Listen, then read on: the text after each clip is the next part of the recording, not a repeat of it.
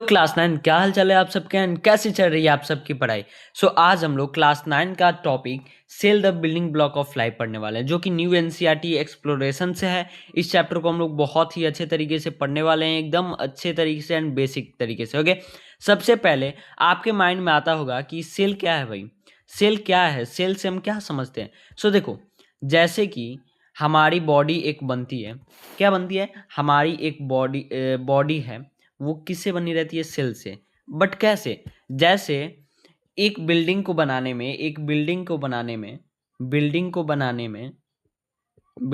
में किस की आवश्यकता होती है, ब्रिक्स की। ठीक, किसकी आवश्यकता होती है, ब्रिक्स की। वैसे ही सेम चीज हमारी बॉडी को बनाने के लिए सेल की आवश्यकता होती है। किस चीज की, तो सेल की आवश्यकता होती है।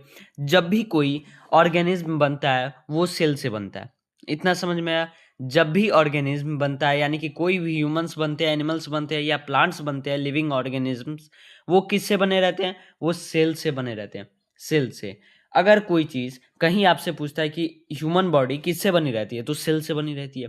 आपके माइंड में सवाल होगा कि भैया जो सेल है, क्या सेल से ऑटोमेटिक ही हमारी बॉडी बन जाती है या प्रोसेस होता है कोई। भाई देखो, बॉडी बनाने के लिए एक प्रोसेस होता है। जैसे कि एक घर बनाने के लिए प्रोसेस होता है।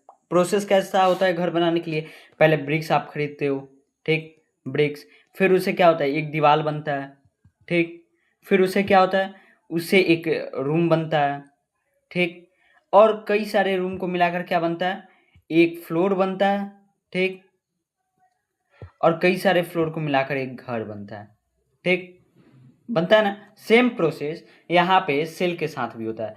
पहले पहले हमारी बॉडी में सेल बनती है, क्या बनती है भाई, पहले हमारी बॉडी में सेल बनती है, ठीक, सेल बनती है। फिर उसके बाद एक और चीज बनता है, कई सारे सेल को मिलाकर क्या बनता है, टिश्यू बनता है, ठीक, टिश्यू बनता है, और कई सारे टिश्यू को मिलाकर ऑर्गन बनता है, जिसे भाई बेचकर आप लोग किडनी खरीदोगे, सॉरी, जिसे बेचकर आप आईफोन खरीदोगे, यहाँ पे उल्टा बोल दिया। फिर कई सारे ऑर्गन्स को मिलाकर एक ऑर्गन सिस्टम बनता है। ऑर्गन सिस्टम का वर्क होता है वर्क करना अच्छे तरीके से, कहाँ क्या चीज़ करना है, ठीक, सिस्टम, और फिर हमारी बॉडी बनती है। तो सेम प्रोसेस ऐसा हुआ। तो इस कान से जब इतनी सारी प्रोसेस हुई सेम हमारे घर की तरह, इस कान से इसका नाम क्या दिया गया है, अब cell the building block of life. जैसे एक ब्लॉक का काम होता है एक घर को बनाना, सेम वैसे ही सेल का वर्क होता है। तो इस कान से, तो अगर आप से एग्जाम में पूछे कि सबसे पहले प्रोसेस बताने के लिए, तो पहले आप बोलोगे सेल बनता है, फिर टिश्यू बनता है, फिर ऑर्गन बनता है, ऑर्गन सिस्टम बनता है, एंड हमारी बॉडी बनती है। यानी कि इतने सारे प्रोसेस के बाद हमारी एक बॉडी बनती है। क्या इतना समझ में आया? आगे बढ़े भाई। ओके, चलो आगे बढ़ते हैं। अब भाई सेल का डिफिनीशन क्या है, सेल से हम क्या समझेंगे। ओके, तो what is cell? The cell is the fundamental and fundamental structural and function unit of all living organism. यानी कि जो सेल होता है वो क्या होता है, जो सेल है वो हर जीव के लिए, हर लिविंग ऑर्गेनिज्म के लिए फंडामेंटल स्ट्रक्चरल एंड फंक्शनल है, यूनिट ऑफ लाइफ है। बट कैसे, जैसे कि एक आपका घर है, ये बहुत ही ध्यान से सुना इस टॉपिक को। आपका घर है, ओके, अब आपके घर में आपका रूम कितना बड़ा होना चाहिए, कैसा, उसमें क्या क्या फंक्शंस रहने चाहिए, क्या क्या उसमें वस्तुएं रहनी चाहिए, जैसे अलमीरा, पंखा, ये सब रहनी चाहिए या एसी रहनी चाहिए, ये कौन डिसाइड करता है? आप डिसाइड करते हो या आपके पेरेंट्स डिसाइड करते हैं? वैसे ही सेम चीज़, अगर कोई भी सेल के अंदर, ऑर्गेनिज्म के अंदर कोई भी चीज़ ऐड करना है, जैसे आपका क्या किडनी हो गया, जिसे भाई आप बेचकर आईफोन लेने वाले हो, वो चीज़ कितना बड़ा होना चाहिए ह्यूमन बॉडी के हिसाब से, वो चीज़ कौन डिसाइड करता है? सेल डिसाइड करता है। अगर अगर आपके रक्त जो है, यानी कि ब्लड, वो कैसे फंक्शन करे, उसका कलर जो चेंज होता रहता है, वो किसके कारण होता है? सेल के कारण होता है भाई।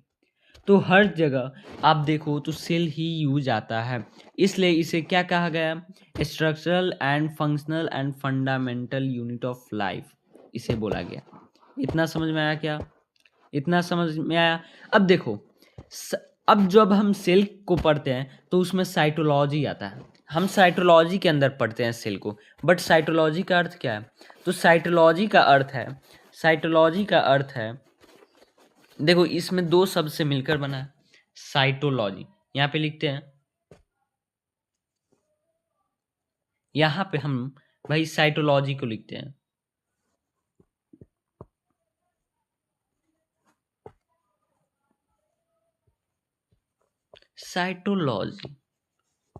साइटोलॉजी दो शब्द से मिलकर बना है। साइटो तो ये दो शब्द से बना है, पहला साइटो, दूसरा क्या है? लॉजी। साइटो का मतलब है सेल, ठीक, और लॉजी का मतलब ज्ञान। समझ रहे हो?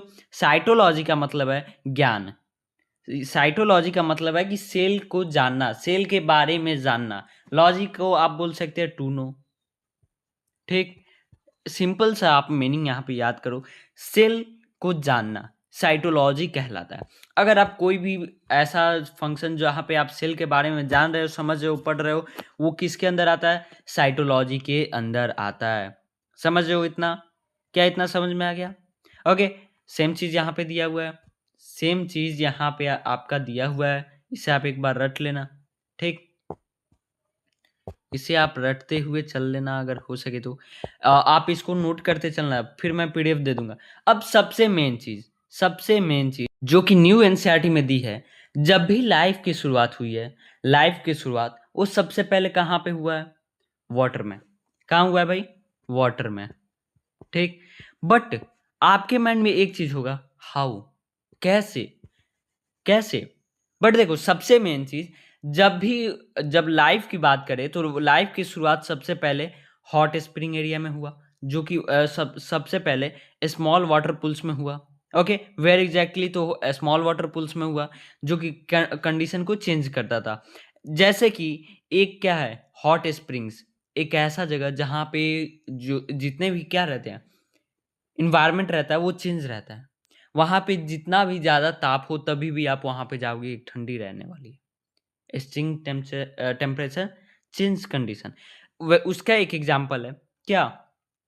पुग्गा वैले, लद्दाख। यहाँ पे लुगा है, सॉरी पुग्गा, आप इसे नोट कर लेना। पुग्गा वैले लद्दाख, जो कि इंडिया में है, यहाँ पे सेम कंडीशन है, यहाँ पे सेम कंडीशन है।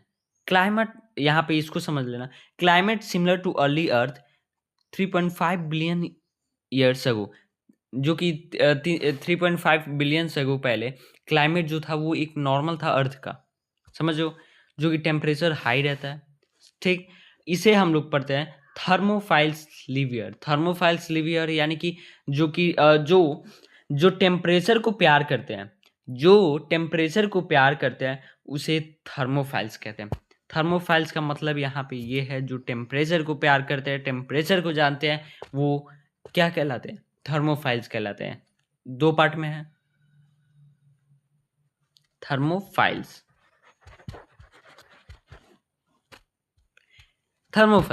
थर्मोफाइल्स का मतलब है, थर्मो मतलब क्या होता है भाई? थर्मो मतलब टेम्परेचर, एंड फाइल्स का मतलब, यहाँ पे क्या लिख दिया? थर्मोफाइल्स का मतलब, फाइल्स का इसमें मतलब हो गया लव।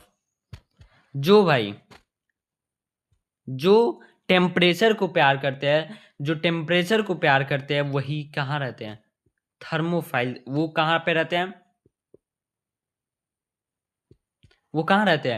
हॉट स्प्रिंग्स वाटर में। समझो, पुगा वैले लद्दाख में रहते हैं वो, जितने भी स्प्रिंग्स को अच्छे लगते हैं, जितने भी अच्छा लगता है उन्हें, वो कहाँ पे रहते हैं? पुगा वैले लद्दाख में, जहाँ के नियर बॉयलिंग। देखो क्या होता है समझना बहुत ही अच्छे तरीके से। यहाँ पे इसे मिटा देता हूँ, आप लोग नोट कर लेना इसे। ओके, क्या है भाई, ध्यान से समझना। जब क्या होता है कि ये आपका मानो एक समुद्र हो गया, ठीक, एक प्लेस हो गया यहाँ पे, ठीक, एक प्लेस यहाँ पे आपका हो गया, समझो, एक प्लेस आपका यहाँ पे हो गया, यहाँ पे। अब क्या होता है, जब यहाँ पे वाटर्स रहेंगे, जब यहाँ पे वाटर सप्लाई होते वाटर्स रहेंगे, वो क्या होंगे? वो हाईली टेम्परेचर के साथ बॉयल होते रहेंगे, बॉयल होंगे। जब भाई बॉयल होंगे तो वहाँ पे क्या बन जाएगा, हॉट स्प्रिंग्स बन जाएगा। जब वहाँ पे जाओगे तो क्या आपको ठंड लगना चाहिए या गर्मी? सच सच बताना। आप बोलोगे भैया वहाँ पे तो गर्मी लगना चाहिए ज़्यादा, बट वैसा इन्वायरमेंट है, वहाँ पे क्या होगा, एक्सट्रीम टेम्परेचर रहेगा। आस पास के इलाकों में क्या रहेंगे, ठंड रहेंगे, ठंड रहेंगे आस पास के इलाकों में। तो इसी को हम लोग क्या कहते हैं, हॉट स्प्रिंग्स कहते हैं, जहाँ पे एक्सट्रीम टेम्परेचर रहता है, समझो, जो कि कंडीशन को चेंज कर देता है। अब क्या है एक चीज़, अब क्या चीज़ है, देखो, जो बीरबल साहनी है, बीरबल साहनी वो हॉट स्प्रिंग को स्टडी किए। यहाँ पे समझना, जो बीरबल साहनी इंस्टीट्यूट है वो किसको स्टडी किए, तो हॉट स्प्रिंग को स्टडी किए और उसमें कैल्शियम कार्बोनेट पाए। यह सर्वाइवल के लिए इंपॉर्टेंट होता है, जो कि क्या करता है, जितने भी सेल्स होते हैं उनको प्रोटेक्शन देता है, जितने भी सेल्स होते हैं उनको प्रोटेक्शन देता है। कौन कौन देता है, कैल्शियम कार्बोनेट, जो कि डिपॉजिट्स होता है। इसे क्या होता है, वो सर्वाइव के लिए प्रोटेक्शन करता है, किसको, तो सेल को। और इसकी खोज किसने की थी भाई, किसने स्टडी किया था, तो बीरबल साहनी इंस्टीट्यूट, जो कि है लखनऊ में, आप गूगल पे भी सर्च कर सकते हो। वो किसको स्टडी किए, तो भाई हॉट स्प्रिंग को स्टडी किए, एंड वहाँ पे पाए कि कैल्शियम कार्बोनेट पाया जाता है, जो कि प्रोटेक्शन देता है सेल को सर्वाइव करने के लिए। समझो, यहाँ पे दिया हुआ है सारी चीज़, आप एक बार पढ़ लेना। एंड एक और चीज़, helped in format of varies that defined cell में मेम्ब्रेन, बहुत ही अच्छा है। ओके, समझ गए। अब आगे बढ़ते हैं हम लोग। अब डिस्कवरी ऑफ सेल की भाई खोज किसने की थी, आपके माइंड में एक चीज होगा। सो देखो, सेल की खोज रॉबर्ट हुक ने 1665 ईस्वी में की थी। ही एक्समाइंडेड he expanded a thin slice of bark of a tree under a primitive microscope. He saw honeycomb-like box structure and named them cells Latin for little room. देखो क्या था, ये जो रॉबर्ट हुक थे भाई, रॉबर्ट हुक, इन्होंने cell की खोज की। बट कैसे क्या खोज किया, वो एक जो मधुमक्खी का छत्ता आपने देखा होगा, हनीकॉम्ब, मधुमक्खी का छत्ता कुछ ऐसा ही ना रहता है, ऐसे ही शायद रहता है। ओके, तो इसकी खोज की, इसमें उन्होंने पाया भाई कि इसमें सेल होता है, समझो, कोशिका रहता है। दूसरा कहाँ, जो पेड़ की छाल होता है, पेड़ की छाल, उसको स्टडी, उसमें भी देखे कि उसमें क्या है, जो जिसे हम लोग बार्क बोलते हैं, उसमें क्या था भाई, उसमें भी वो सेल पाया, उसमें भी वो सेल पाया। तो कौन किसने ये खोज की, पहला क्या था, मधुमक्खी का छत्ता। दूसरा क्या था, ये एक क्या था, पेड़ की छाल। समझ गए, इसकी खोज किसने की थी, तो रॉबर्ट हुक ने की थी। कब की थी, तो 1665 ईस्वी में। एंड ये एक नॉर्मल माइक्रोस्कोप से इन्होंने इसकी खोज की थी, नॉर्मल माइक्रोस्कोप से। समझ में आ गया इतना, ठीक। और देखो, Hooke only saw the cell walls of dead cells, इन्होंने जो भी सेल वॉल पाया, यानी कि कोशिका भी थी, वो क्या थी, मृत सेल से, मृत कोशिकाओं थे, मृत कोशिकाएं थी, यानी कि डेड सेल्स थे, जिसको जिसको कौन खोजे, रॉबर्ट हुक ने खोजा, ठीक। समझ में आ गया इतना, आगे बढ़ते हैं। फिर उसके बाद एक एंटोनी वैन लीवेनहोएक नाम का एक और साइंटिस्ट है। वो 1674 यानी कि 1674 में, वो भी एक अपने जो भी माइक्रोस्कोप था उसे और ज़्यादा इम्प्रूव किए, एंड फर्स्ट लिविंग सेल्स यानी कि एक जीवित कोशिका की खोज की, कहाँ पे, वाटर पॉन्ड में। एंड इसे वो क्या बोले, एनिमल क्यूल्स, उसे एनिमल क्यूल्स बोले, ठीक। जो कि इस टाइप का, यहाँ पे आप देख सकते हो, वाटर में क्या कौन खोज किए, तो एंटोनी वॉन लिवेनोइक ने एक वाटर यानी कि तालाब में, पॉन्ड में खोज किए, जो कि पहला लिविंग सेल था, यानी कि जीवित सेल था। समझ में आ गया। फिर उसके बाद एक पुरकिंजे नामक एक साइंटिस्ट है, इन्होंने क्या किया, कोइन द टर्म प्रोटोप्लाज्म, एक सेकंड रुक जाओ, coined the term protoplasm for the fluid living substance inside the cell, यानी कि कोशिका के अंदर मौजूद तरल जीवित पदार्थ। अब तरल जीवित पदार्थ कैसा होता है भाई, आपके माइंड में एक चीज आएगा। सो देखो, बहुत ही ध्यान से इसको भी समझ लेना भाई। जब आप कोई भी सेल का स्ट्रक्चर बनाते हो, जैसे कि मैं यहाँ पे एक सेल का स्ट्रक्चर बना दिया, ठीक। अब इसमें क्या होता है, ऐसे ऐसे क्या होते हैं, फ्लूइड होते हैं, फ्लूइड। इसी की इसको क्या नाम दिए, वो क्या नाम दिए भाई, इसको वो क्या नाम दिए, प्रोटोप्लाज्म नाम दिए, प्रोटोप्लाज्म नाम दिए। समझ गए, यानी कि कोशिका के अंदर, सेल के अंदर जो भी फ्लूइड रहता था उसको वो क्या नाम दिए, प्रोटोप्लाज्म नाम दिए। समझ गए इतना, कोशिका के अंदर जो भी प्रेजेंट था फ्लूइड, उसे वो क्या कहे, प्रोटोप्लाज्म कहे। समझो,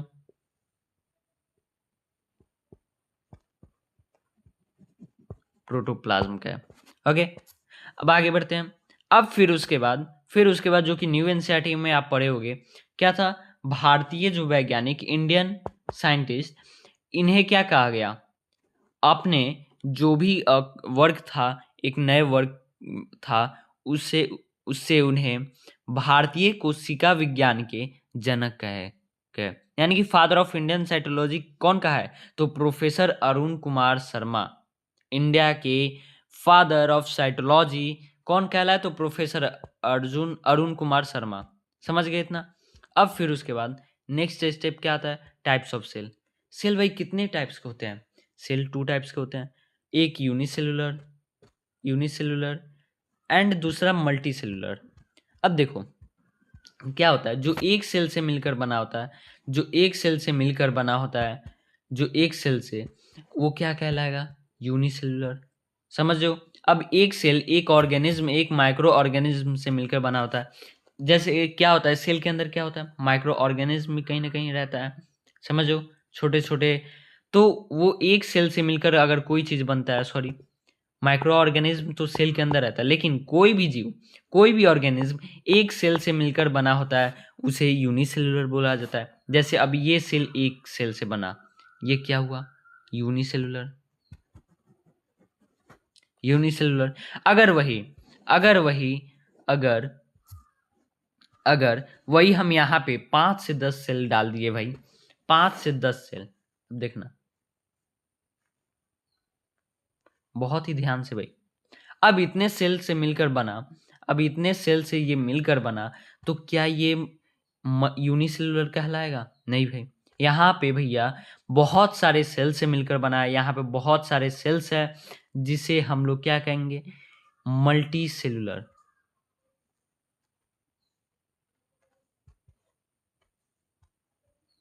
मल्टी सेलुलर बोलेंगे।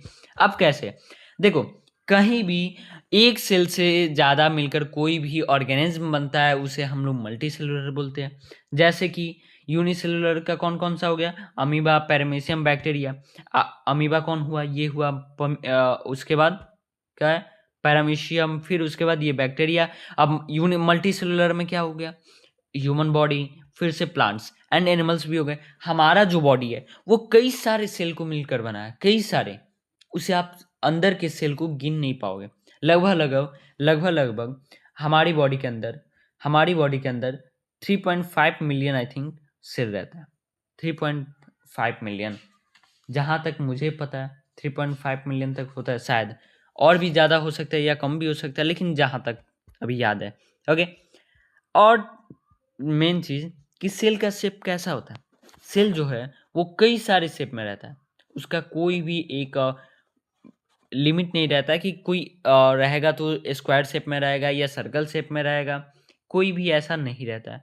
सबसे छोटा सेल अगर हम बात करें, सबसे छोटा सेल वो माइक्रोप्लाज्मा बैक्टीरिया है, जो कि 0.3 माइक्रोमीटर का रहता है। समझो, लार्जेस्ट सेल क्या है, ऑस्ट्रिच एग, जो कि 15 सेंटीमीटर का है, जिसे हम लोग अपनी आंखों से आसानी से देख सकते हैं। समझो, और सबसे लॉन्गेस्ट सेल की बात करें तो एक मानव कोशिका तंत्रिका जो कि है नर्व सेल, वो 1 मीटर का रहता है, जो भी विजिबल है। ये क्या हो गया, माइक्रोप्लाज्मा बैक्टीरिया जो हो गया, जो कि सबसे छोटा रहता है, 0.3 माइक्रोमीटर का होता है। ये ऑस्ट्रिच का एग रहता है। ओके, ऑस्ट्रिच का एग। एंड फिर उसके बाद क्या है, ऑस्ट्रिच का एग के बाद क्या है भाई, नर्व सेल, जो कि कितने सेंटीमीटर का है, तो 1 मीटर का रहता है ये क्या, तो नर्व सेल। नर्व सेल की बात करें तो ये 1 मीटर का रहता है नर्व सेल। अगर एग्जाम में पूछे कि जो नर्व सेल होता है वो कितने मीटर का होता है, तो 1 मीटर का रहता है। ऑस्ट्रिच एग कितने सेंटीमीटर का रहता है, तो 15 सेंटीमीटर। एंड क्या था भाई, क्या था, माइक्रोप्लाज्मा बैक्टीरिया जो वो कितने सेंटीमीटर का होता है, तो 0.3 माइक्रोमीटर का होता है वो। ओके, जो कि सेल का स्ट्रक्चर कुछ इस टाइप का होता है। बट आपके एग्जाम में आता क्या है कि भाई सेल का स्ट्रक्चर बनाओ। क्या आप सेल का स्ट्रक्चर बना सकते हो, बना सकते हो भैया? ऐसा तो स्ट्रक्चर बनाने में तो हालत खराब हो जाएगा, बनेगा भी नहीं, मार्क्स भी कट जाएंगे। तो सो देखो करना क्या है, आप एक ब्लैंक पेज लो। अभी जैसे जैसे मैं बता रहा हूँ वैसे वैसे बनाते चलो। ब्लैंक पेज लो, वहां पे आप ऐसा शेप दो, कैसा भी शेप दे सकते हो, सर्कल भी दे सकते हो, आप ऐसा ही शेप दो अभी फिलहाल, समझो, आप ऐसा शेप दो। ठीक, अब इसमें अब इसमें क्या होता है कि जो ये बाहरी का है, बाहर वाला पोर्शन, ये वाला, ध्यान से सुनना, ये वाला पोर्शन है, इसे हम लोग क्या कहते हैं भाई, इसे हम लोग क्या कहते हैं, इसे हम लोग कहते हैं पीएमसीएम। पीएम या सीएम कहते हैं, पीएमसीएम। पीएम का मतलब है, पीएम का मतलब है, पीएम का मतलब है प्लाज्मा मेम्ब्रेन। पीएम का मतलब यहाँ पे क्या है, तो प्लाज्मा मेम्ब्रेन। ठीक,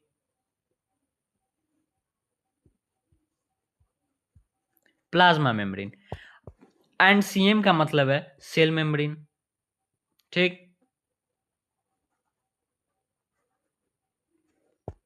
प्लाज्मा का मतलब है, प्लाज्मा मेम्ब्रेन का मतलब ये होता है, और सेल मेम्ब्रेन का, जो कि एक बॉडी गार्ड रहता है।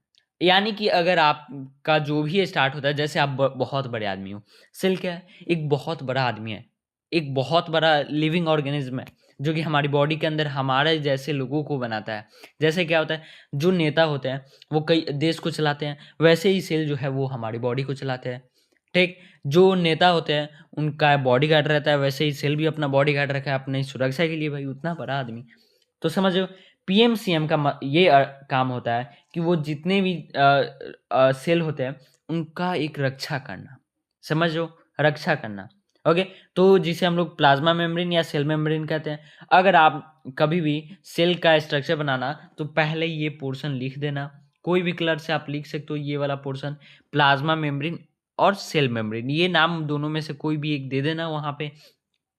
अब दूसरा क्या होता है, दूसरा क्या होता है कि यहाँ पे बीच में एक सर्कल होता है, एक सर्कल होता है, समझो। इस सर्कल को हम लोग बोलते हैं, इस सर्कल को हम बोलते हैं ब्रेन। अब भैया इसका नाम ब्रेन कैसे हो सकता है, इसे हम लोग नेम दिए हैं न्यूक्लियस। न्यूक्लियस, न्यूक्लियस इसे हम नाम दिए हैं न्यूक्लियस, जो कि सेल का एक ब्रेन होता है। सेल का क्या होता है, ब्रेन होता है। सेल का ये क्या होता है, ब्रेन होता है, समझो। न्यूक्लियस जो है इसे हम लोग सेल का ब्रेन भी बोलते हैं, न्यूक्लियस को। यहाँ पे मैं बहुत ही अच्छे तरीके से लिख देता हूँ जिससे आपको दिक्कत नहीं हो। ठीक, न्यूक्लियस इसे बोला जाता है। अब देखो अंदर क्या होता है, अंदर क्या होता है, एक जेली लाइक सब्सटेंस होता है भाई, एक जेली लाइक सब्सटेंस होता है ना, एक अंदर जेली लाइक सब्सटेंस होता है, समझना बहुत ध्यान से समझो। अंदर जेली लाइक बहुत सारे सब्सटेंस होते हैं, इसे हम लोग क्या बोलते हैं, इसे हम लोग क्या बोलते हैं, साइटोप्लाज्मा। साइटोप्लाज्मा, समझो, इसे हम लोग साइटोप्लाज्मा बोलते हैं। ठीक, जेली लाइक सब्सटेंस होता है उसे हम लोग साइटोप्लाज्मा बोलते हैं, समझो, साइटोप्लाज्मा बोलते हैं। उसके बाद क्या होता है, एक सेकंड में आता, तो इसे हम साइटोप्लाज्मा बोलते हैं। फिर और अंदर एक जेली लाइक सब्सटेंस होता है, ठीक, जो कि जैसे कि हमारी बॉडी को सेल जितना इम्पोर्टेंट है, वैसे ही सेल को वो चीज़ इम्पोर्टेंट होता है जिसे हम लोग बोलते हैं क्या, जिसे हम लोग ऑर्गेनेली बोलते हैं, उसका कैसा स्ट्रक्चर रहता है, वो भी सेम सब्सटेंस टाइप का रहता है, सेम टाइप का रहता है, बट कैसे वो रहता है, कुछ इसी टाइप का रहता है, समझो, अंदर रहता है। तो उसे हम लोग क्या बोलते हैं, उसे हम लोग ऑर्गेनेली बोलते हैं, ठीक। और नीचे इसको करते हैं भाई, तो उसे हम लोग ऑर्गेनेली बोलते हैं।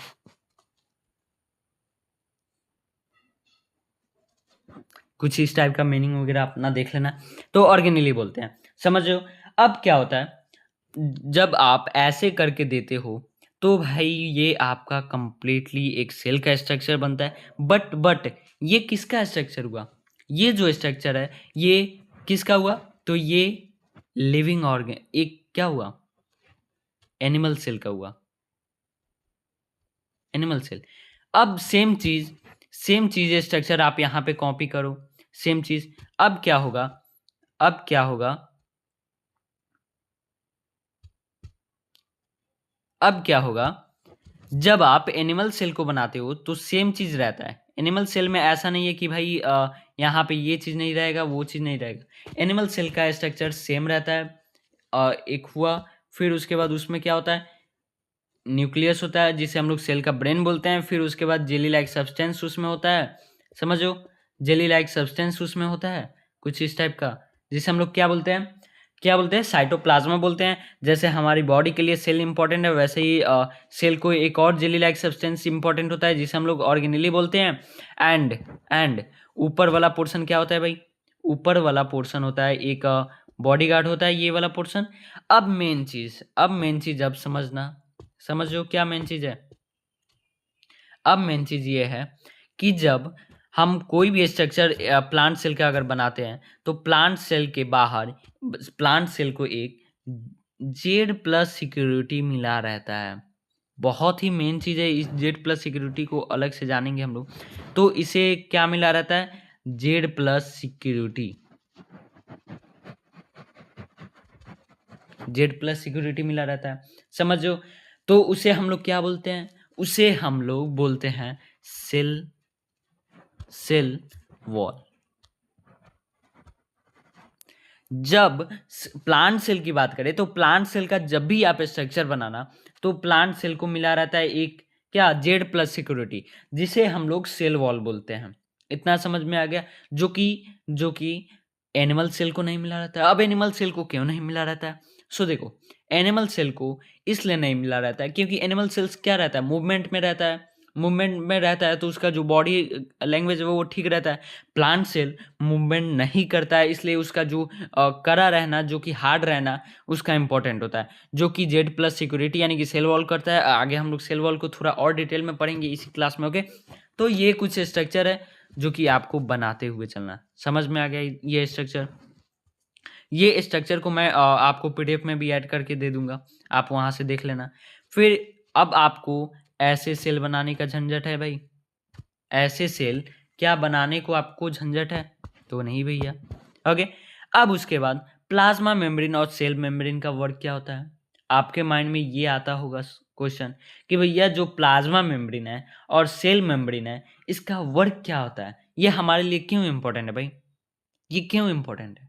सो देखो, सबसे मेन, जो प्लाज्मा मेम्ब्रेन और सेल मेम्ब्रेन है, ये क्या करता है, आउटर मोस्ट, बहुत ही ध्यान से इसको सुनना, समझो,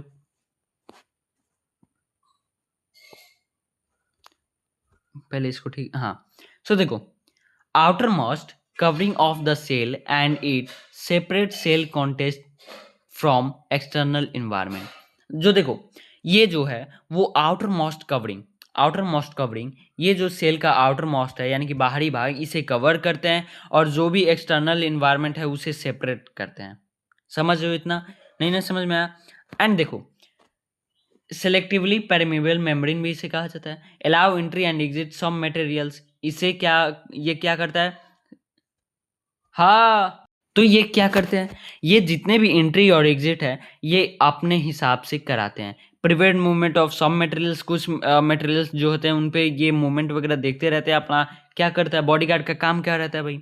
जितने भी मूवमेंट्स हैं उनको क्या करना, देखते रहना कि वो क्या कर रहा है, कैसे कर रहा है। प्लाज्मा मेम्ब्रेन कौन होता है? प्लाज्मा मेम्ब्रेन केवल प्लांट सेल में रहता है, सॉरी ये तो दोनों में रहता है।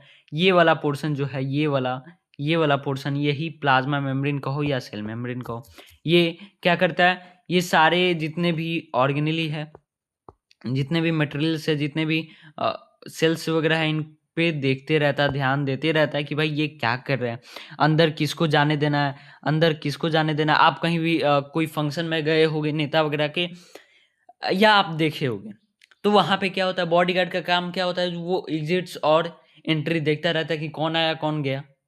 सेम प्लाज्मा मेम्ब्रेन भी करता है, समझ गए? प्लाज्मा मेम्ब्रेन भी सब यही करता है। It is made of lipids, it is made of lipids and proteins, या लिपिड्स और प्रोटीन का बना रहता है। इतना आप समझ गए? कुछ रेगुलेट्स मूवमेंट ऑफ सब्सटेंस, ये एक और चीज़ रहता है जो कि एक सिलेक्टिवली जितने भी क्या रहते हैं सब्सटेंस होते हैं उन्हीं को अंदर बाहर करने देता है ये, समझ गए? अब एक्टिव एंड पैसिव ट्रांसपोर्ट क्या होता है? एक्टिव एंड पैसिव ट्रांसपोर्ट का क्या मतलब होता है, क्या होता है ये? ओके, सो देखो, एक्टिव एंड पैसिव ट्रांसपोर्ट का मतलब ये रहता है कि किसी भी चीज अगर अगर एक लोअर पोजीशन से हायर पोजीशन तक जाता है, एक मांगता है, उसे ही हम लोग एक्टिव ट्रांसपोर्ट कहते हैं। समझ में नहीं आया? यानी कि कोई भी सब्सटेंस हायर टू लोअर में जाता है। पहले पैसिव को ही समझते हैं। कोई भी substance higher to lower concentration में जाता है, उसे हम लोग पैसिव ट्रांसपोर्ट कहते हैं। बट कैसे? इसको बहुत ही ध्यान से यहाँ पे समझ लो। जब भी कोई अरे हाँ, तो जब भी कोई चीज हायर टू लोअर में बताया, समझो। जब भी कोई चीज यहाँ पे क्या है, आप पहले ध्यान से देखो, क्या है भाई? हायर टू लोअर, समझ गए? पैसिव ट्रांसपोर्ट में हायर टू लोअर रहता है। तो बट कैसे, इसका मतलब क्या होता है? जब भी कोई सब्सटेंस हायर टू लोअर में रहता है, हायर टू लोअर में रहता है, उसे हम लोग क्या कहते हैं? हायर टू लोअर कंसंट्रेशन में रहता है, तो उसे हम लोग पैसिव ट्रांसपोर्ट कहते हैं। नहीं ना समझ में आया? अभी भी नहीं ना आया? एक बहुत ही अच्छे एग्जाम्पल से समझना। मानो आपके पास 100 रुपया है, ठीक? 100 रुपया है। अब आपसे कोई 1 रुपया मांगता है। मानो आपके पास 100 रुपया, मैं आपसे बोला कि भाई 1 रुपया मुझे दे दो, जरूरत है। समझो, है नहीं बट मांग रहा, समझो? तो आपका यहाँ पे क्या एनर्जी लगा? ज़्यादा लगा? ज़्यादा लगा? नहीं ना लगा? तो यहाँ पे ज़्यादा से कम की ओर बढ़ रहा है। यानी कि आपके पास 100 रुपया, कोई आपसे 1 रुपया ही मांग रहा है, तो इसे क्या हो गया? पैसिव ट्रांसपोर्ट कहते हैं। यानी कि अगर कोई भी हायर से लोअर जाता है, यानी कि आपके पास 100 रुपया है, फिर आपसे कोई 1 रुपया मांगता है, तो यहाँ पे कोई आपका एनर्जी वगैरह लगा ज़्यादा? नहीं ना लगा कि चलो भाई 1 रुपया दे देते हैं। वैसे ही सेम चीज़ पैसिव ट्रांसपोर्ट की होता है। हायर टू लोअर कंसंट्रेशन में को ही हम लोग पैसिव ट्रांसपोर्ट कहते हैं। यानी कि आपके पास 100 रुपया है, फिर 1 रुपया हुआ, तो इसे ही हम लोग पैसिव ट्रांसपोर्ट कहते हैं। इतना ही समझ लो। कहीं भी ज्यादा की ओर से कम की ओर बढ़ना पैसिव ट्रांसपोर्ट कहलाता है। इतना समझ में आ गया? अब अब इसका सीधे अपोजिट समझो। आपके पास आपके पास आपके पास फिलहाल कितना रुपया है? 100 रुपया। आपके पास अभी 1 रुपया है। अभी 100 था, लेकिन आपके पास 1 रुपया हो गया, क्योंकि आपने पैसिव ट्रांसपोर्ट किया। अब आपके पास 1 रुपया, अगर अब मैं आपसे 100 रुपया मांग लूँ, आपको एनर्जी लगेगा कि आप फिर किसी से मांगोगे, फिर मुझे दोगे, तो क्या होगा? अगर कहीं कम से ज्यादा की ओर बढ़ना, 1 रुपये से 100 रुपये की ओर बढ़ना ही क्या कहला जाएगा? एक्टिव ट्रांसपोर्ट कर कहलाएगा। अब कैसे? जो एक्टिव ट्रांसपोर्ट होता है वो एक्टिव रहता है, पहले 1 रुपये से 100 रुपया करेगा, फिर मुझे देगा। ऐसे रहता है ना। पैसिव ट्रांसपोर्ट क्या होगा, उसके पास 100 रुपये फिर 1 रुपया कोई मांगा तो आसानी से दे देगा। ओके, तो ये कम होगा, इसमें कम एनर्जी लगेगा, स्लो में मूवमेंट ये होता है। समझ गए? अब इतना समझ गए ना। अब आगे बढ़ते हैं, आगे बढ़ते हैं। हम लोग कहाँ थे? Active and passive transport. कुछ इसको याद कर लेना। जैसे कि मैंने बताया हायर टू लोअर, यहाँ पे लोअर टू हायर है, इसमें नो एनर्जी नीड रहता है, इसमें एनर्जी रहता है। एटीपी बाद में पढ़ेंगे हम लोग, ठीक। इसमें स्लो मूवमेंट होता है, इसमें रैपिड मूवमेंट होता है, यानी कि इसमें जल्दी से मूवमेंट हो जाता है। एक्टिव में नाम ही है भाई एक्टिव। ओके, और ये स्मॉल ओनली स्मॉल मॉलिक्यूल्स और water molecules are transported passively, यानी कि स्मॉल मॉलिक्यूल्स जो होता है और वाटर होता है वही केवल इसमें क्या होगा, सप्लाई होता रहेगा, ट्रांसपोर्ट होता रहेगा। एंड इसमें क्या है, यानी कि एक्टिव ट्रांसपोर्ट में क्या है, इसमें भाई जितना हो सब लाओ, इसमें जितना हो भाई सब ले आओ आप। उसके बाद ओस्मोसिस। ओस्मोसिस का मतलब क्या होता है? ओस्मोसिस का मतलब आप इसको भी अच्छे तरीके से समझ लो। पहले डेफिनेशन पढ़ते हैं हम लोग, समझ गया? देखो, osmosis is the passage of water molecules across a semi-permeable membrane from a solution with a high concentration to a solution with a lower concentration। समझ में आया नहीं ना? अब देखो क्या होता है भाई, यहाँ पे होता क्या है, यहाँ पे होता क्या है। अभी अभी जैसे कि ओस्मोसिस का मतलब होता है supply of water, supply of water, supply of water.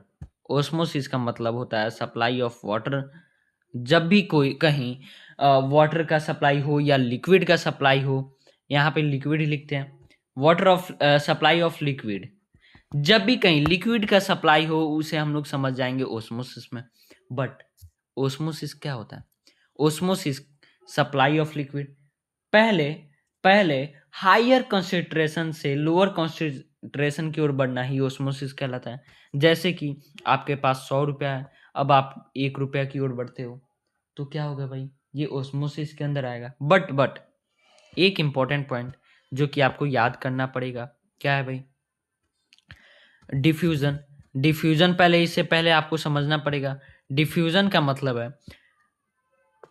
Diffusion का मतलब है कि the process of movement of a substance, solid, liquid और gas, from the region of higher concentration to the region of lower concentration so as a to spread uniformly. अब आपके mind में होगा कि भैया जो डिफ्यूजन है इसमें भी तो सप्लाई हो रहा है लिक्विड, तो क्या दोनों सेम हुआ?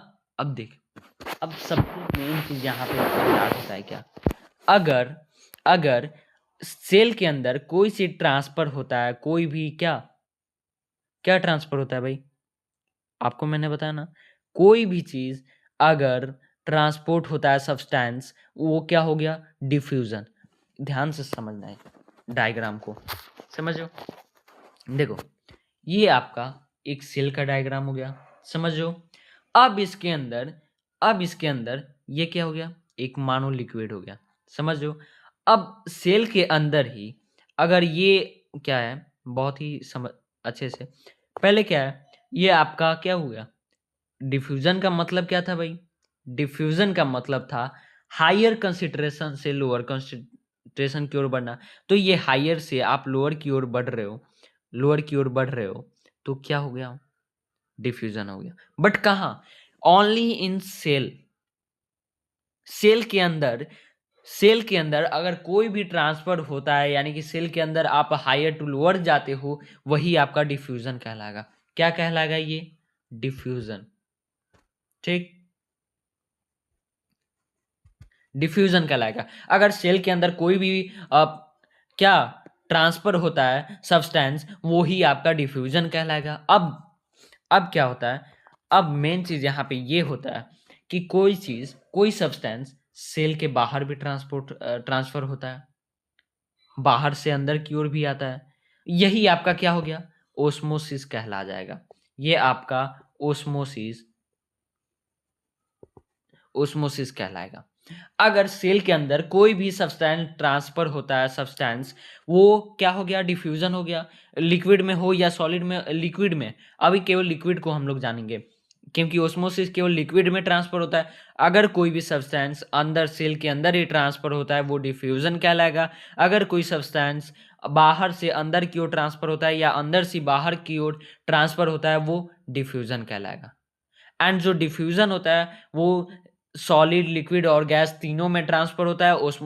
ऑस्मोसिस जो है वो केवल लिक्विड में होता है। समझ में आ गया? समझ में आ गया इतना?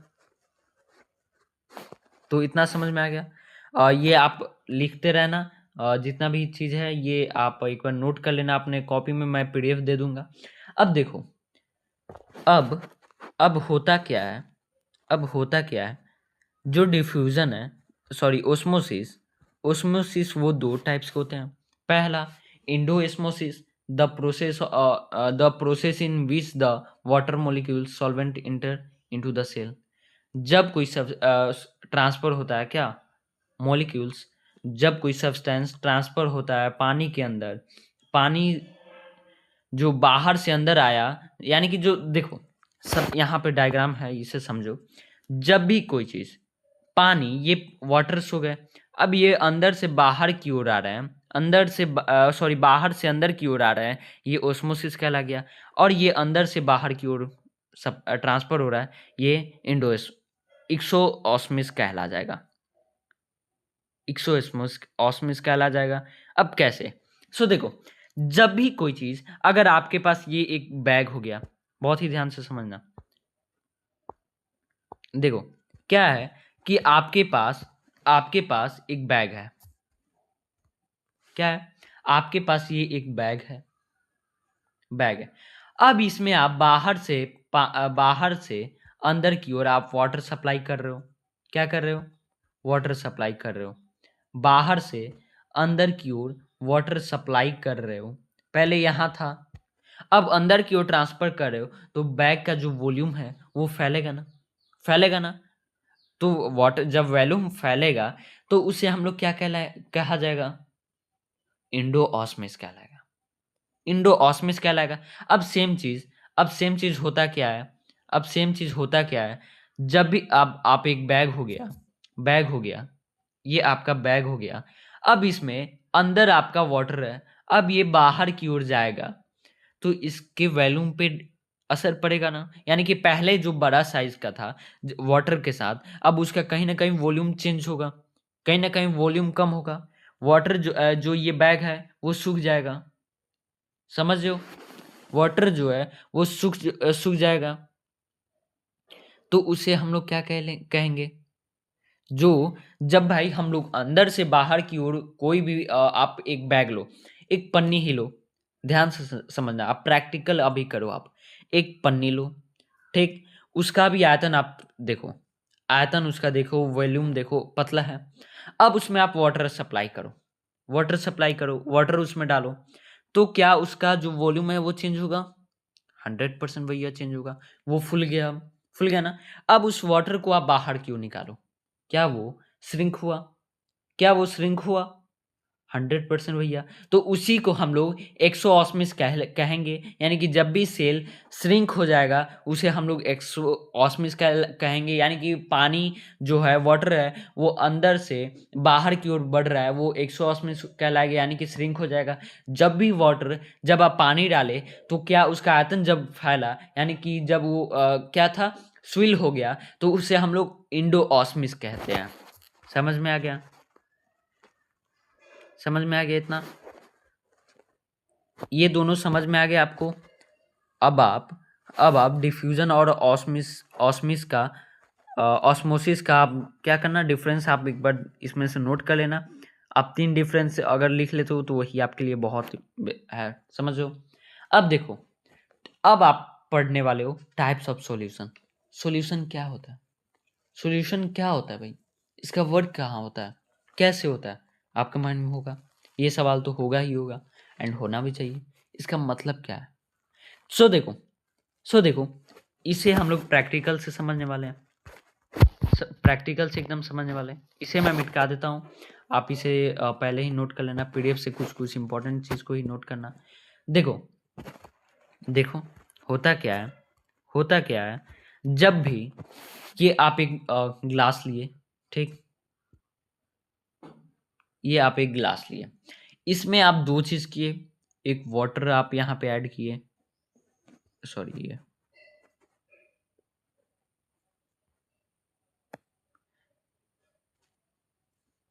आप इसमें वाटर आप ऐड किए, ठीक। साथ ही आप जब वाटर जो है उसे हम लोग क्या नाम देंगे, सॉल्वेंट। सॉल्वेंट, इसे क्वेश्चन में वाटर दे देते कि आपको क्या होगा, तसल्ली हो जाएगी, आपको समझ में आएगा वाटर। अब दूसरा, इसमें आप एक चीनी ऐड करो, इसे हम लोग क्या नाम देंगे, क्या नाम देंगे, सोल्यूट, ठीक, सोल्यूट, जिसे हम लोग क्या कहेंगे, शुगर, ठीक, यानी कि चीनी है इसे ये। अब देखो, सबसे मेन चीज क्या होता है, अगर सोल्यूट अगर सोल्यूट की मात्रा जो है, यानी कि शुगर की मात्रा जो है, ये वाटर से, सोल्यूट की मात्रा यानी कि सोल्यूट की मात्रा सॉल्वेंट के अंदर ज़्यादा रहता है, सोल्यूट की मात्रा सॉल्वेंट के अंदर ज़्यादा रहता है, ठीक, तो उसे हम लोग हाइपरटोनिक कहते हैं।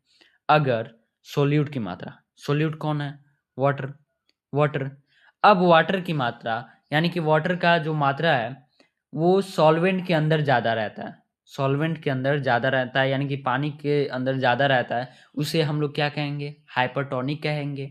जो आपका सॉल्यूशन है, ये जो ग्लास है, ये आपका क्या हो गया, सॉल्यूशन हो गया। इतना ध्यान में रखना, अगर कोई ग्लास में अगर सोल्यूट की मात्रा सॉल्वेंट से ज़्यादा हो, सॉल्वेंट से ज़्यादा हो सॉल्यूशन के अंदर, तो उसे हम लोग हाइपरटोनिक कहते हैं। अगर वही सॉल्यूट की मात्रा सॉल्वेंट से अगर कम रहता है तो उसे हाइपोटोनिक कहते हैं। अगर सोल्यूट की मात्रा यानी कि शुगर की मात्रा सॉल्वेंट से यानी कि वाटर से कम रहता है, अंदर कम रहता है, तो उसे हम लोग हाइपोटोनिक कहते हैं। इतना ध्यान में समझ में आ गया। अगर दोनों की मात्रा सेम रहती है तो इसे आइसोटोनिक कहते हैं, समझ गए। अगर देखो, जब वाटर यानी कि सोल्यूट की मात्रा जो है, सॉल्वेंट की मात्रा जो है वो कम रहता है, सोल्यूट की मात्रा जो है, सॉल्वेंट की मात्रा जो है वो अगर कम रहता है सोल्यूट से, तो उसे हम लोग क्या कहेंगे, हाइपरटोनिक, हाइपरटोनिक, ठीक। हाइपरटोनिक, अगर वही सोल्यूट की मात्रा सॉल्वेंट से कम रहता है तो उसे हम लोग हाइपोटोनिक कहते हैं। अगर दोनों का मात्रा सेम रहता है तो उसे आइसोटोनिक कहते हैं। समझ गए इतना। अब मेन चीज, अब पहले यहाँ पे हम लोग चलते हैं, ठीक।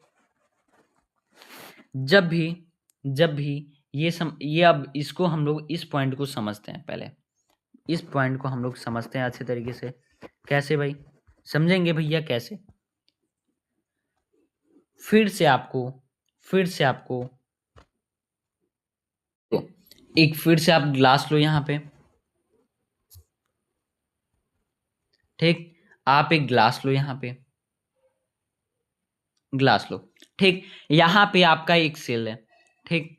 जब भी सॉल्यूशन के अंदर रहता है, जबकि सॉल्वेंट यानी कि वाटर जो है ये सेल के अंदर है, यहाँ पे आपका क्या है, सेल के अंदर क्या है, वाटर है, क्या है, यानी कि सॉल्वेंट है, आपका सॉल्वेंट है, ठीक, सॉल्वेंट है।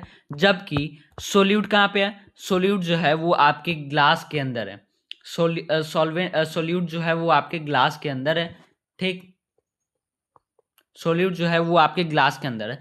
तो जब भी भाई पानी जो है, वाटर जो है वो सेल के अंदर रहता है, तो वो क्या होगा, तो क्या होगा, जो जब भी वाटर जब निकलेगा बाहर की ओर, तो जो क्या है, सेल है वो श्रिंक हो जाएगा, यानी सूख जाएगा, समझो। जब भाई सेल के अंदर वाटर रहता है एंड ग्लास के अंदर पानी, सॉरी, चीनी रहता है यानी कि सोल्यूट, एंड तब भाई क्या होगा, तब जो वाटर है वो हायर टू लोअर जाएगा, यानी कि सेल के अंदर से बाहर की ओर जाएगा, ग्लास के अंदर की ओर जाएगा, तो सेल क्या होगा, श्रिंक हो जाएगा, यानी सूख जाएगा।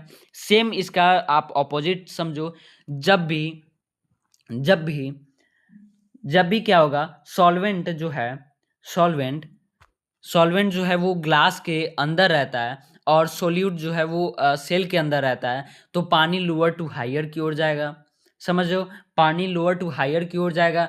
यदि सेल के अंदर, जब सेल के अंदर भाई पानी जाएगा, जब सेल को क्या चाहिए, वाटर चाहिए। जब बाहर की ओर है तो अंदर की ओर वाटर जाएगा, सेल के अंदर की ओर वाटर जाएगा बाहर से, तो क्या होगा, स्विल हो जाएगा, यानी कि वो फैल जाएगा। तो इसे हम लोग क्या कहते हैं, हाइपोटोनिक कहते हैं। इसका सेम अपोजिट आप उसको क्या कहते हो, हाइपरटोनिक कहते हैं। एंड जहाँ कोई भी अंदर मूवमेंट नहीं होता है उसे हम लोग आइसोटोनिक कहते हैं। समझ में आ गया, समझ में आ गया, इतना समझ में आ गया।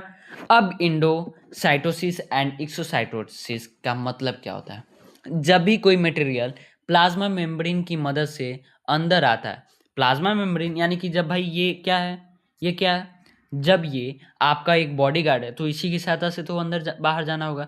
तो जब भी कोई मटेरियल प्लाज्मा मेम्ब्रेन की मदद से अंदर आता है, जब भी कोई मटेरियल बाहर से अंदर की ओर आता है प्लाज्मा मेम्ब्रेन की सहायता से, ये प्लाज्मा मेम्ब्रेन है, इसकी सहायता से, हेल्प से कोई भी मटेरियल अंदर से बाहर से अंदर की ओर आता है, उसे हम लोग क्या बोलते हैं, एक्सोसाइटोसिस। सेम इसका अपोजिट समझो,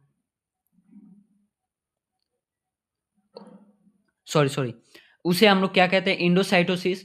यानी कि जब भी कोई मटेरियल बाहर से अंदर की ओर आ रहा है उसे हम लोग इंडोसाइटोसिस कहते हैं। जब भी कोई मटेरियल अंदर से बाहर की ओर आ रहा है उसे हम लोग एक्सोसाइटोसिस कहते हैं। एक्सो मतलब एग्जिट, इंडो मतलब एंट्री, इतना आप समझो, ठीक। अब उसके बाद सेल वॉल। सेल वॉल का मतलब क्या होता है, सेल वॉल जो होता है ये आप जानते हो कि प्लांट्स में रहता है, प्लांट्स का एक जेड प्लस सिक्योरिटी ये देता है। तो सेल वॉल जो है वो सेल्यूलोज का बना रहता है, सेल्यूलोज का बना रहता है, समझ रहे हो। यह प्लाज्मा मेम्ब्रेन का भी पार्ट है, ये जो सेल वॉल है ये प्लाज्मा मेम्ब्रेन का भी एक पार्ट है। किसका पार्ट है, प्लाज्मा मेम्ब्रेन का भी ये पार्ट है। अब देखो, सबसे मेन चीज क्या होता है, जब भी सेल वॉल सूखेगा, जब भी देखो प्लांट्स जो है उसको तो टाइट रहना पड़ता है। जब भी ये वाला क्या है पोर्शन, इसे जूम करते हैं, ये वाला, ये वाला जो पोर्शन है, ये ब्लैक वाला आप देख रहे हो, ये क्या हुआ, ये क्या होगा, यही आपका तो सेल वॉल है, यही आपका सेल वॉल है। सेल वॉल जो होता है वो टाइट रहता है। जब भी आपका जब भी आपका सेल वाटर को बाहर एग्जिट करने देगा तो जो जब भी, तब क्या होगा, जो सेल वॉल है वो सेम साइज पर रहेगा। यानी कि जब भी वाटर जब बाहर की ओर ट्रांसफर होगा तो सेल वॉल जो है वो अपने साइज का बना रहेगा, केवल अंदर की सेल में ट्रांसफर होते रहेंगे। अंदर के सेल, बाकी सेल का साइज सेम रहेगा, सेल के साइज में कोई भी चेंजेस नहीं होंगे, ठीक। और जो सेल वॉल है वो केवल प्लांट में नहीं, ये किस में रहता है, फंगी और बैक्टीरिया में भी रहता है। समझ गए। देखो, सबसे मेन चीज सेल वॉल का काम होता है जितने साइज का, जितने शेप का वो रहता है वो शेप बना रहता है। अगर वाटर बाहर की ओर ट्रांसफर होता है तभी भी वो साइज कभी भी चेंजेस नहीं करता है, सेल वॉल अपने जगह पे स्थिर रहता है। इतना समझ गए। और यहाँ पे सेम चीज है, इसे आप पढ़ लेना। अब देखो function of cell wall, function of cell wall से यही चीज़ है जो कि मैं बता दिया कि एब्जॉर्ब वाटर करता है एंड स्वेलिंग वगैरह में प्रेशर करता है। अपना ये समझ लेना फिर से, बाकी मैं उसे समझा दिया हूँ। देखो, अगर हम बात करें तो प्लांट्स जो है वो किससे बना रहता है, सेल्यूलोज का बना रहता है। प्लांट सेल जो कि ये क्या है, सेल वॉल। बैक्टीरिया किससे बना रहता है, पेप्टी डोग्लाइकन, पेप्टिडाइग्लोकेन का बना रहता है। फंगी जो है वो चिटिन का बना रहता है। एनिमल कुछ भी का नहीं, इसका नाम भी नहीं दिया, ठीक। सेल वॉल जो रहता है वो सेल वॉल, यहाँ पे सेल वॉल किससे बना रहता है वो चीज यहाँ पे है, समझो। न्यूक्लियस, न्यूक्लियस का मतलब क्या है भाई, न्यूक्लियस का मतलब क्या है। देखो, जैसे कि आप न्यूक्लियस के बारे में जान गए कि न्यूक्लियस जो है वो सेल का ब्रेन होता है। न्यूक्लियस के आप पोर्शन पे जाते हैं, न्यूक्लियस का डायग्राम समझते हैं पहले हम लोग। सबसे पहले क्या होता है, ध्यान से, हाँ, न्यूक्लियस के डायग्राम पे आते हैं। न्यूक्लियस का डायग्राम कुछ ऐसा रहता है, जैसे कि मैंने बताया सर्कल रहता है। जब ये क्या होता है, ये सेल के अंदर ये न्यूक्लियस होता है, मतलब ये न्यूक्लियस के अंदर भी एक और रहता है। ये जो पोर्शन है, ये वाला पोर्शन, इसे हम लोग क्या कहते हैं, न्यूक्लियर पोर कहते हैं। न्यूक्लियर पोर का वर्क क्या होता है, ट्रांसफर का एक्सचेंज के लिए ये न्यूक्लियर पोर होता है। ये वाला पोर है, यहाँ पे समझ रहे हो कौन सा पोर है यहाँ पे न्यूक्लियस का, तो ये वाला है, ये वाला 1 2 3 4 यहाँ पे है, समझ रहे हो। अब ये क्या होता है, ये न्यूक्लियस मेम्ब्रेन होता है, ये न्यूक्लियो प्लाज्म होता है, ये न्यूक्लियस प्लाज्म होता है, एंड यहाँ पे कुछ क्रोमैटिन होता है। न्यूक्लियस में एक थ्रेड लाइन स्ट्रक्चर होता है, जो कि कौन होता है, यही सब होता है, ये वाला ये कुछ थ्रेड लाइन स्ट्रक्चर होता है, जिसे हम लोग डीएनए बोलते हैं। डीएनए का मतलब आप जानते हो, डीएनए का मतलब आप तो जानते ही हो कि वो क्या होता है, वो सब कुछ डिसाइड करता है कि आपका आई कैसा हो, आपका बॉडी लैंग्वेज कैसा हो, बॉडी कैसा हो, आपका ब्रेन का साइज क्या रहता है, वो चीज़ करता है। कौन डिसाइड करता है, तो वो डीएनए डिसाइड करता है, जो कि थ्रेड लाइन स्ट्रक्चर यहाँ पे अंदर होता है। ये वाला जो मैं यहाँ पे स्ट्रक्चर बना रहा हूँ अभी, ध्यान से यहाँ पे देखना, ये जो स्ट्रक्चर है कुछ इस टाइप का यहाँ पे है ना, यही आपका क्या होता है, डीएनए होता है। समझ गए। डीएनए का फुल फॉर्म क्या होता है, यहाँ पे है डिओक्सराइबोज न्यूक्लिक एसिड। आरएनए एक होता है जिसे हम लोग राइबोज न्यूक्लिक एसिड कहते हैं। समझ गए। न्यूक्लियस का टर्म जो है वो दो टर्म होता है। पहला क्या होता है, क्रोमैटिन होता है। आप समझ गए, क्रोमैटिन होता है पहला टर्म। क्रोमैटिन जो है, क्रोमैटिन क्या वर्क करता है, chromatin DNA thread line structure का होता है, रैंडमली डिस्ट्रीब्यूटेड है, यानी कि परा है, उसे हम लोग क्या कहते हैं, क्रोमैटिन कहते हैं। अगर जैसे डीएनए ऐसे कुछ था, ऐसे अगर ऐसे ही आपका डीएनए जो है वो कुछ भी ऐसे कुछ अपना अलग अलग हो, डिस्ट्रीब्यूटेड हो, यानी कि बटा हो, उसे हम लोग क्या कहते हैं, उसे हम लोग कहते हैं क्रोमैटिन कहते हैं। जो रैंडमली कहीं भी हो, कैसे भी हो, उसे हम लोग क्रोमैटिन कहते हैं। अगर क्रोमोसोल एक होता है, दूसरा क्या होता है, क्रोमोसोल होता है। अगर आपका डीएनए क्या करता है, सेल डिवाइड होता है, यानी कि सेल को डिवाइड करता है और एक पेड़ जैसा स्ट्रक्चर करता है, कोयल जैसा स्ट्रक्चर करता है, उसे हम लोग क्या कहते हैं, क्रोमोसोल कहते हैं। अगर आपका कुछ ऐसे आपका जो डीएनए है वो स्ट्रक्चर बनाता है, वो क्या हो गया, क्रोमोसोम हो गया, क्रोमोसोल हो गया। ठीक। जब भी रिप्रोडक्शन होता है तब वहाँ पे न्यूक्लियस का काम इम्पोर्टेंट होता है, क्योंकि क्रोमोसोम फ्यूचर डिसाइड करता है। कौन डिसाइड करता है, क्रोमोसोम करता है। ठीक। क्योंकि जो आपका ऐसे बिना अभी फिलहाल पहले आपका जो डीएनए होता है वो क्रोमैटिन जैसा रहता है, वो डिस्ट्रीब्यूटेड होता है। फिर बाद में क्या होता है, क्रोमोसोल होता है, जो कि आपका फ्यूचर डिसाइड करता है कि आपका आँख कैसा हो एंड आपका बॉडी लैंग्वेज कैसा हो। समझ गए इतना न्यूक्लियस तक। आगे बढ़े, आगे बढ़ते हैं भाई। आगे अब हम लोग बढ़ते हैं। जब आगे बढ़ेंगे तो cell origin and cellular structure के बारे में पढ़ेंगे। तो भाई सेल जो है वो 2 टाइप्स का होता है। पहला कौन सा होता है, पहला होता है प्रोकैरियोटिक सेल्स। सेकंड का क्या होता है, यूकैरियोटिक सेल्स। जो प्रोकैरियोटिक सेल्स है भाई वो बहुत ज़्यादा दुखी है, क्योंकि उसका साइज होता है 1 से 10 माइक्रोमीटर तक का ही, जबकि यूकैरियोटिक का 5 से 10 माइक्रोमीटर तक का होता है।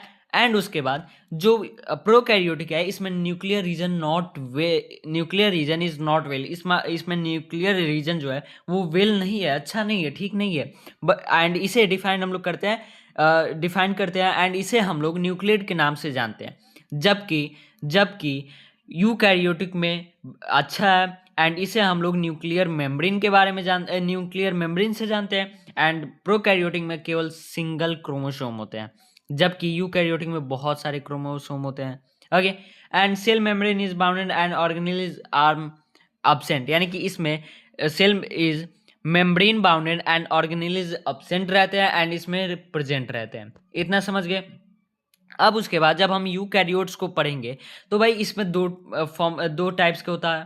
पहला एनिमल सेल्स होता है, एनिमल सेल, एंड दूसरा प्लांट सेल। एंड इसको जब पढ़ेंगे तो इसमें साइटोप्लाज्म होता है। साइटोप्लाज्म का मैंने बताया अर्थ क्या होता है, यानी कि कोशिका के बारे में जानना साइटोप्लाज्मा कहलाता है। तो इसमें साइटोप्लाज्म है, the fluid content enclosed by the cell membrane contains specialized organelles perform specific function are enclosed by membranes।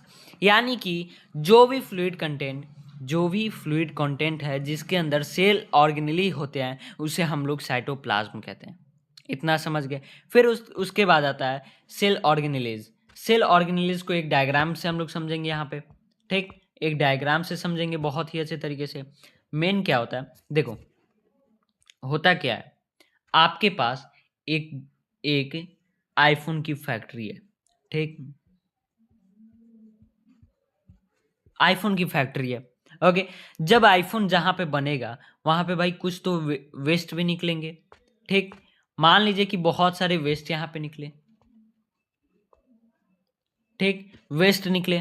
साथ ही साथ जब भाई आपका ये फैक्ट्री है तो यहाँ पे कुछ तो स्टोर भी होगा, ठीक, कुछ आईफोन स्टोर्स भी होंगे। मान लीजिए कि 50 आईफोन निकले जिसमें से 20 आईफोन स्टोर हो गया।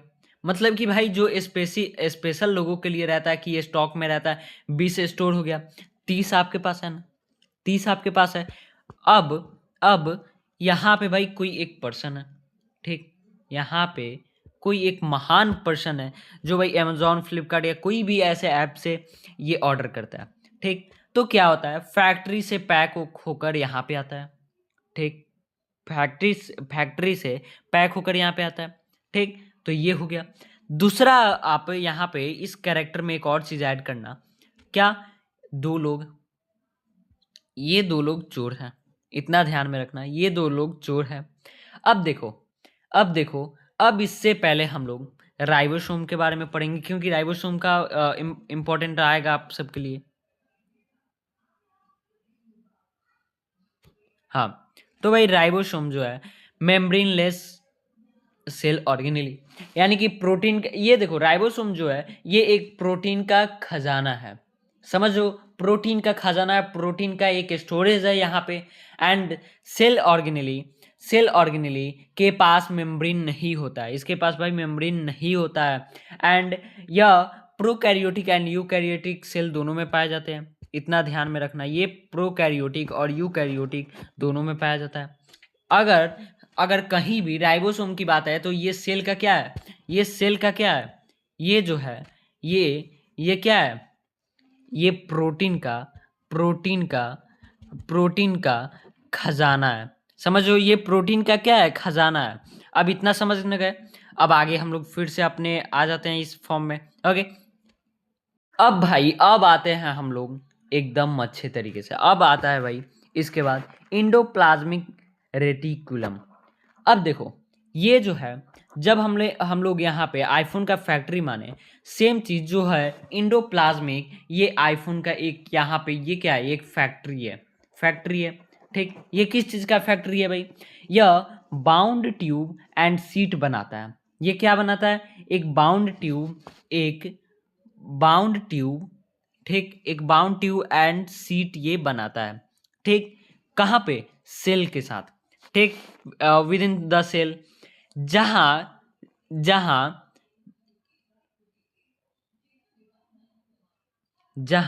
नहीं है वो स्मूथ है। क्या नहीं है भाई, जहां राइबोसोम है, जहां भाई राइबोसोम क्या है भाई, क्या है, प्रोटीन का खजाना है। जहां प्रोटीन रहता है यानी कि राइबोसोम होता है, उसे हम लोग क्या कहते हैं, उसे रफ कहते हैं।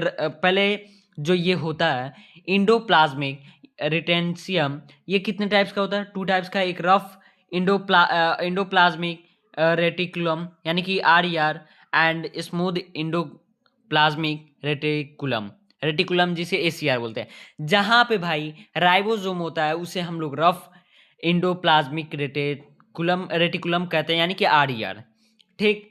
जहां नहीं रहता है उसे हम लोग क्या कहते हैं, ACR, ठीक।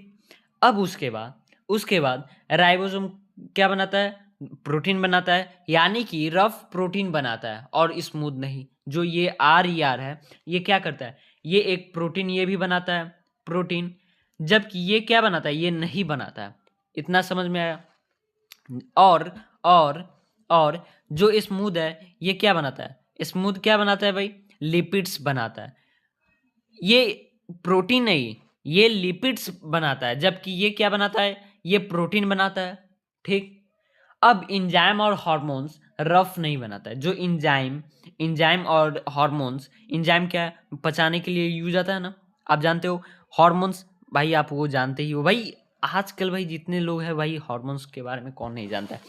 तो भाई जो हार्मोन्स और इंजाइम ये रफ नहीं बनाता है, यानी RER नहीं बनाता है, वो कौन बनाता है, ACR। ACR जो है वो क्या बनाता है, इंजाइम और राइबोसोम। रफ के अंदर कोई गलत होता है, यानी कि देखो क्या होता है, अब इसके अंदर भाई जब आपकी फैक्ट्री है, तो मैंने बताया चोर, अब इसके अंदर कोई चोरी करता है रफ के अंदर, RER के अंदर, तो भाई ये कुछ भी नहीं करता कि भाई आना है तो आओ, जाना है तो जाओ। जबकि ACR में ये सारे चीज़ों पे वो वर्क करता है। अगर बिना कोई अगर चोर है तो भाई उस पर कार्रवाई करता है, हटाता है। इतना समझ गए। आगे बढ़ते हैं। अब आता है गोल्गी एपॉरेटस। गोल्गी एपॉरेटस जो है ये बहुत ही ज़्यादा है। देखो ये क्या करता है, मैंने बताया कि भाई डिलीवरी हुआ, डिलीवरी बॉय जाकर वो आईफोन डिलीवरी किया, तो गोल्गी क्या करता है, ये ही भाई डिलीवरी करता है। ये डिलीवरी जो है वो डिलीवरी करता है, कौन, गोल्गी, ठीक।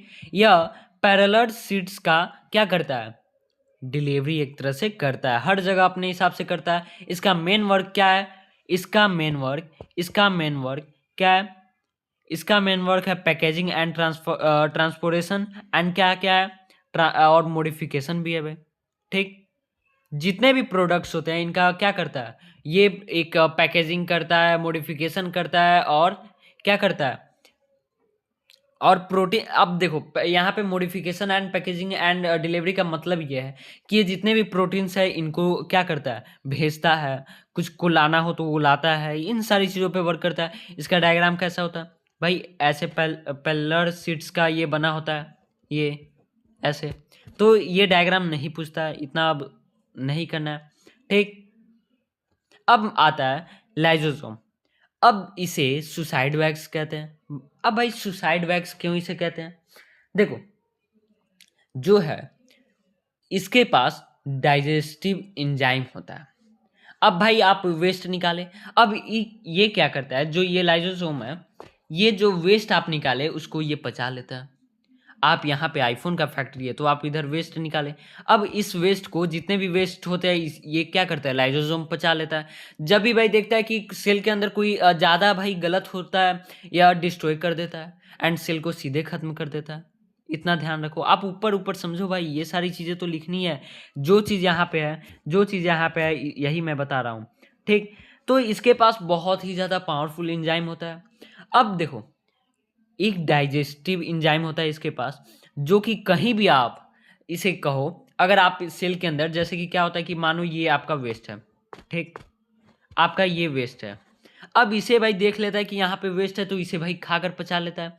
अगर सेल के अंदर बहुत ज़्यादा गलती ये देखता है, गलत होने पर ये क्या करता है, अपने आप को डिस्ट्रॉय कर देता है, यानी खत्म कर देता है, और पूरे सेल को भी कहीं कहीं खत्म कर देता है, सेल ही नहीं बचता है भाई ये। अब भाई जब वेस्ट की बात करें तो भाई लाइजोसोम क्या करता है, ये वेस्ट को खा लेता है, ठीक। इतना समझ में आ गया। आगे बढ़ते हैं, माइक्रोकॉन्ड्रिया। अब भाई माइक्रोकॉन्ड्रिया क्या होता है भैया, मैंने तो सुना है कि mitochondria is the powerhouse of cell. तो भाई देखो है, लेकिन सबसे पहले माइक्रोकॉन्ड्रिया से पहले हम लोग को एक और चीज़ समझना होगा, वैक्यूलस। यह स्टोरेज करता है। मैंने भाई बताया कि भाई एक स्टोरेज भी होता है, आईफोन जब बनता है तो स्टोरेज भी होता है।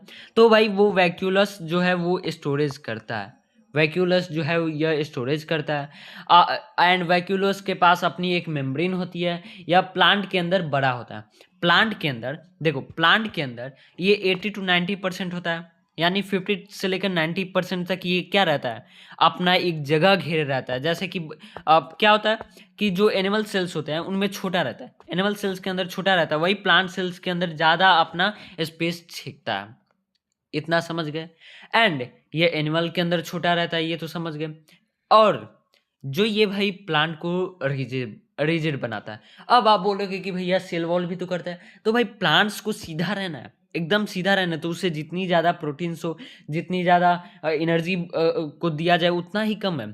तो इस काम से ये क्या करता है, वैक्यूलस, वो भी क्या करता है, प्लांट्स को रिजिड यानी कि ताकतवर बनाता है। एंड ये यूनिसेलुलर के अंदर वेस्ट पार्टिकल को या स्टोर करके भेजा जाता है, या मतलब कि यूनिसेलुलर जितने भी हैं उनको वेस्ट पार्टिकल के रूप में इसे भेजा जाता है। अब समझ गए इतना। अब भाई आते हैं अपने माइक्रोकॉन्ड्रिया। माइक्रोकॉन्ड्रिया क्या क्या है, ये एक गुंडा है, समझो। जैसे कि मैंने एक गुंडा बताया आपको, दो गुंडा, यहाँ पे क्या, यहाँ पे मैंने बताया ये दो भाई गुंडे हैं, एक टाइप के चोर हैं, ठीक, ये गुंडे हैं। तो सेम वहाँ पे भी यूज आ रहा है। तो माइक्रोकॉन्ड्रिया जो है वो एक गुंडा है। अब कैसे भाई, अब भाई कैसे, इसके पास खुद का डीएनए और राइबोसोम है, यानी कि अगर इसे खुद जो है अपना क्या मिलेगा, प्रोटीन अपना कर सकता है, डीएनए अपना खुद का बनाता है, ठीक। मेन वर्क इसका क्या है, ये एनर्जी प्रोडक्शन करता है, एंड इसे पावर हाउस ऑफ सेल कहते हैं। अच्छा, inner folds, inner folds increase surface area of for ATP generation the cell's energy currency. जो ये क्या होता है, जो भाई एनर्जी का एक मात्रक जो होता है, एटीपी एक यूनिट है जिसे भाई नापा जाता है। जैसे हमारी हाइट को मीटर सेंटीमीटर में नापा जाता है, वैसे ही एटीपी में क्या नापा जाता है, यहाँ पे क्या नापा जाता है, तो आपके जितने भी एनर्जी वगैरह है इसे नापा जाता है, ठीक। माइक्रोकॉन्ड्रिया produce ATP used for cellular activities and mechanical work. Okay, इतना समझ गए आप। अब भाई, अब भाई दूसरा एक और चीज आता है, ठीक। एक और भाई गुंडा की बात करते हैं हम लोग, प्लास्टिड्स। ये क्या करता है, इसके पास भी खुद का भाई डीएनए है, इसके पास भी खुद का डीएनए है, इसके पास भी खुद का डीएनए है, ठीक। यह केवल भाई प्लांट्स के अंदर होता है, यह केवल प्लांट्स के अंदर होता है, इतना समझ गए। और देखो, अब इसे पढ़ने के लिए हमें ये थ्री टाइप्स का होता है। पहले प्लास्ट्स, इसके अंदर ग्रीन कलर का एक पिगमेंट होता है, यहाँ पे देख रहे हो, इसके अंदर एक ग्रीन कलर का पिगमेंट होता है जिसे भाई हम लोग क्लोरोप्लास्ट कहते हैं, ठीक। एंड इसके मदद से फोटोसिंथेसिस होता है, इससे एनर्जी और ऑक्सीजन भी रिलीज होता है, इतना समझ गए आप। फिर उसके बाद आता है, सॉरी जो प्लास्ट्स है, ये क्या करता है, प्लास्ट्स, ये क्या करता है, ये कलर प्रोडक्शन करता है, यानी कि फ्लावर्स में कलर को प्रोडक्शन करता है।